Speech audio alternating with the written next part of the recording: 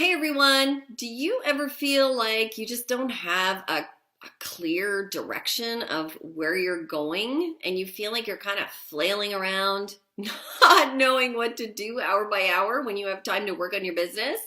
Well, today I'm going to be talking about systems and the systems that really have helped me get into the 2%, top 2% of my company. So I'm happy to share this with you today.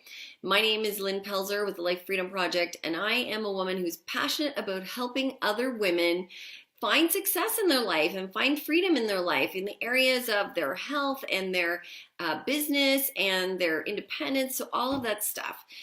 And let's dive in for today's topic. Last week, we talked in episode number 2 about the benefits of working from home and why. Why would I even want to do that? So tune into that one if you missed it.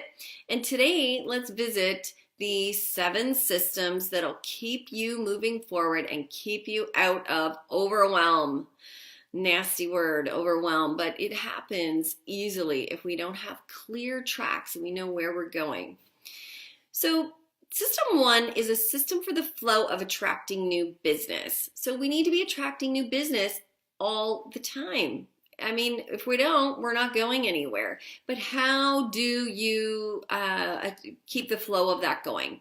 So I want you to think about the different areas that you create new business. So it could be advertising, it could be social media, it could be networking events and groups, and so you do this in person, and it could also be something like a trade show. So make a list of all of those, and then beside those, I want you to make note of, is this something that you handle, is it something you delegate, or is it something that you believe you can create some automation around? All right, so let's use the example of social media.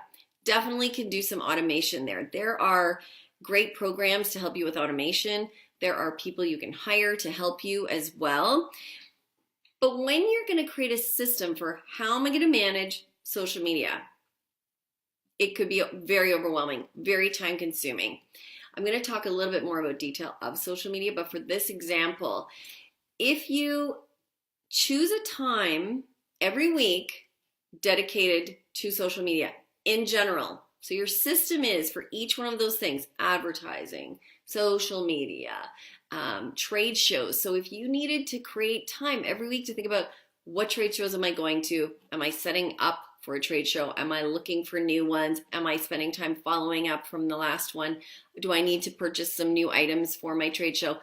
Have a system where it is in your calendar that you spend time on that area that is your lead generation. Okay, so get it in the calendar and book yourself in that you have a little checklist of this is stuff I need to look at.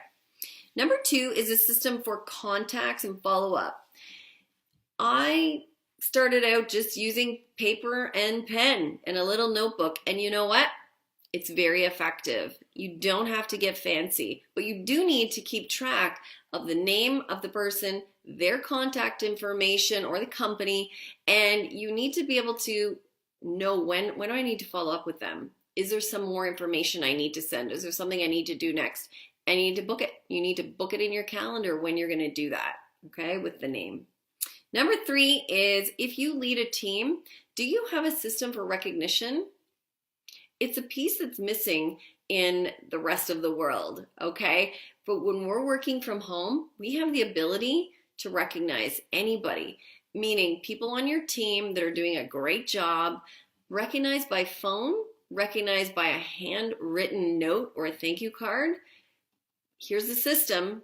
You need to schedule this in. I think picking Monday morning is a great time for recognition every week. That's what we do in our team. And it's great because I know when it's happening. There may be something I want to recognize from Thursday, but I hold it all till Monday. That's my day. It's on my list. Do you see how these lists and how you can't miss things and get overwhelmed? Do you know what you're doing? So next one is Sunday night prep. So I really could do a whole video on this, and I believe I will. But there are things you can have on a checklist for Sunday night, and really it's things like check if there's any conflict in your schedule. Perhaps you have something going on with your children and you have something booked with a client or potential client, you need to check that ahead for the week and be able to make adjustments ahead of time so you're not caught at the last minute. Tidy your desk, get a clearing, make sure that you have what you need and you're ready to hit the ground running on Monday morning. Create a list of goals and tasks so you know, what am I doing this week? What needs to get done, okay? You're gonna create that and have it ready so that on Monday morning, again, hit the ground running. Something I learned from a coach that I had, Jenny Stemmerman. She's brilliant. Simple, but so amazing. This. Have all of your chargers for your phones charged up on Sunday. If you have a couple of them that you use for the week, have them charged up. So when you go out, you have that ready to go. You're not sort of scrambling and the charger's dead and you need your phone. There's nothing worse than getting caught in that kind of situation. The other thing is your car. Have your car clean and full of gas. Jenny suggested this and I was like, oh my gosh, why not? Just every Sunday. I know every Sunday, that's when it gets done. So then it's ready. Number 5 system is have a system for social media if you do incorporate social media into your business. You need a checklist of items that you need to handle every single day on social media. That may be you're doing posts, you're checking your messages, you're checking notifications, you're participating in specific groups, write down the names. Maybe there's people that you want to be interacting with. You want to be growing your list through social media. Whatever it is, you need that list. So it's a checklist, or else people can come and scroll and not be very effective. So social media system is the exact checklist of what you need to get done and choose the times of day that you're going to get it done. Number 6 is a system for taxes. I cannot provide you a system for your taxes, but a bookkeeper can. So I highly suggest getting that in order. Because again, working from home is something you're going to need to handle if this is your own business. Number 7 is company systems. Your company, if you're affiliated with a company, likely has some really great systems for training, some systems for moving people through a process of information, and a system for leadership even.